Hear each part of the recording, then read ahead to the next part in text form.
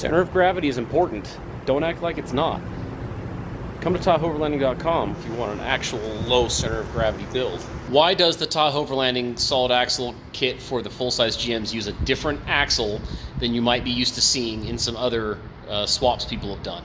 Next closest competitor with their lowest kit gets 3 inches higher than this ride height, and we can get an inch lower than this ride height.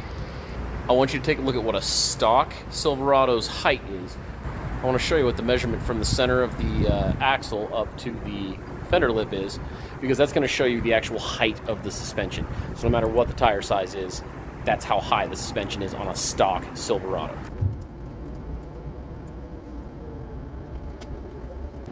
Right where my thumb is, 25 inches.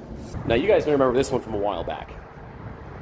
That one has a center of axle up to fender lip measurement of 24 inches. What that means is you can do a Tahoverlanding solid axle conversion on your full-size GM and get the ride height to be the same height as a stock Silverado, in fact, an inch lower than a stock Silverado. That's why we make the kit that we make, because it gets so much upward tuck and upward travel that we can set the ride height lower, or if you want to even just make yours higher, you just have that much more upward travel. Other axles that kits use and other options people take are not as effective at getting upward suspension travel and as low of a center of gravity. So if you're not building a monster truck, the Tahoverlanding solid axle conversion is the kit for you. You can get our kit that has almost everything you're going to need except for the solid axle itself, the coil springs, the drive shaft, and the shocks. You can get everything else you need from us in one shot, including a front slip yoke eliminator for the transfer case. Nobody else is providing those with their solid axle swap kits. Or how about a solid track bar? Take a look. Our track bar is solid. Doesn't get any stronger than solid. And here's the next thing. I know a lot of people sort of associate being raised up higher with fitting bigger tires. And if you want to fit bigger tires, our kit actually allows you to fit larger tires at the same height, because we move the axle center line forward from stock, which gets the tires further away from like the firewall and other parts inside the fender there, so the tires can actually turn without rubbing. So you can actually fit a bigger tire at a lower ride height with our kit as well.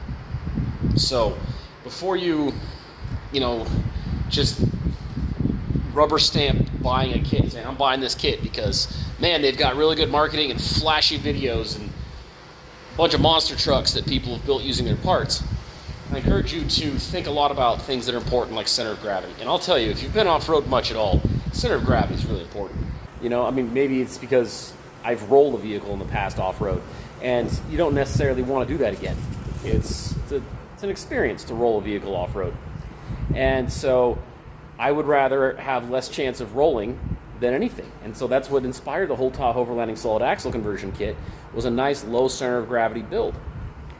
And, you know, I mean, if you can get the flex, if you can get the maximum travel and capability out of it, and fit bigger tires, height is not what you want. And these Ford Super Duty axles that are used in these kits, they are so fat, like the castings and the size of the axle are so big, even after cutting them and trimming them down and chopping them up, they can only tuck upward to the vehicle inches less than we can.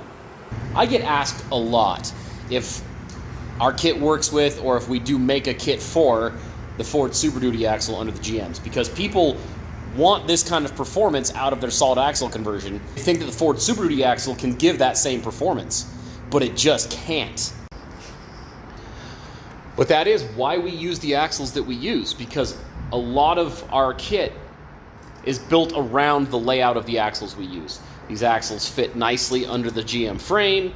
They have the correct number of teeth on the ABS sensor. If you were to try to use a Ford Super Duty axle under a GM, yes, it can be done, but the Super Duty ABS sensor has a 60-tooth tone ring.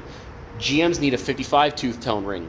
That's as big of a difference as having 35-inch tires on one axle and 32-inch tires on another axle. That's how incorrect the signal coming out of the ABS sensor is as soon as you put a Ford Super Duty axle under your truck. But the Tahoverlanding axles use a 55-tooth tone ring, so everything works correctly, including your automatic four-wheel drive, for those of you that want to still have that modern feature of an automatic four-wheel drive transfer case. And if you have done a GM solid front axle conversion using, say, the Ford Super Duty axle, I encourage you to grab a couple of measurements off of your own just to see where you're at. See where your ride height is from the center of the axle up to the fender lip. See how much upward travel you have from the axle up to the bump stops at ride height. See how much clearance you have at the radius arms from the ground up to the radius arm mount at the crossmember. Ours is flush with the frame. Our next closest competitor hangs their radius arm mounts a full 5 inches below the frame, which means you need a 10-inch taller tire to even get the same clearance underneath the vehicle as we get. So you'll find that even at our lower center of gravity, we're still getting the clearance and the travel while still having a lower center of gravity. Ask these questions, and when you realize that these are important to you, come to Tahoverlanding.com. If you're considering doing a solid axle conversion on your full-size GM, ask these questions first. First, can you run factory wheels on it? Will you be forced to buy new wheels just to put the solid axle under it? No, not is it the same bolt pattern, but will the factory center bore fit over the hub of the axle? Second, will it be the correct lug nut thread pitch so that you have the same lug nuts all the way around? It's pretty janky to have different lug nuts front to rear. Third, will you have to change out your rear axle? Yes, most solid axle conversions that are performed on GMs require you to change out the rear axle because the front axle selection is so incompatible with GM that you have to put a different rear axle under it, especially if you're a half-ton GM.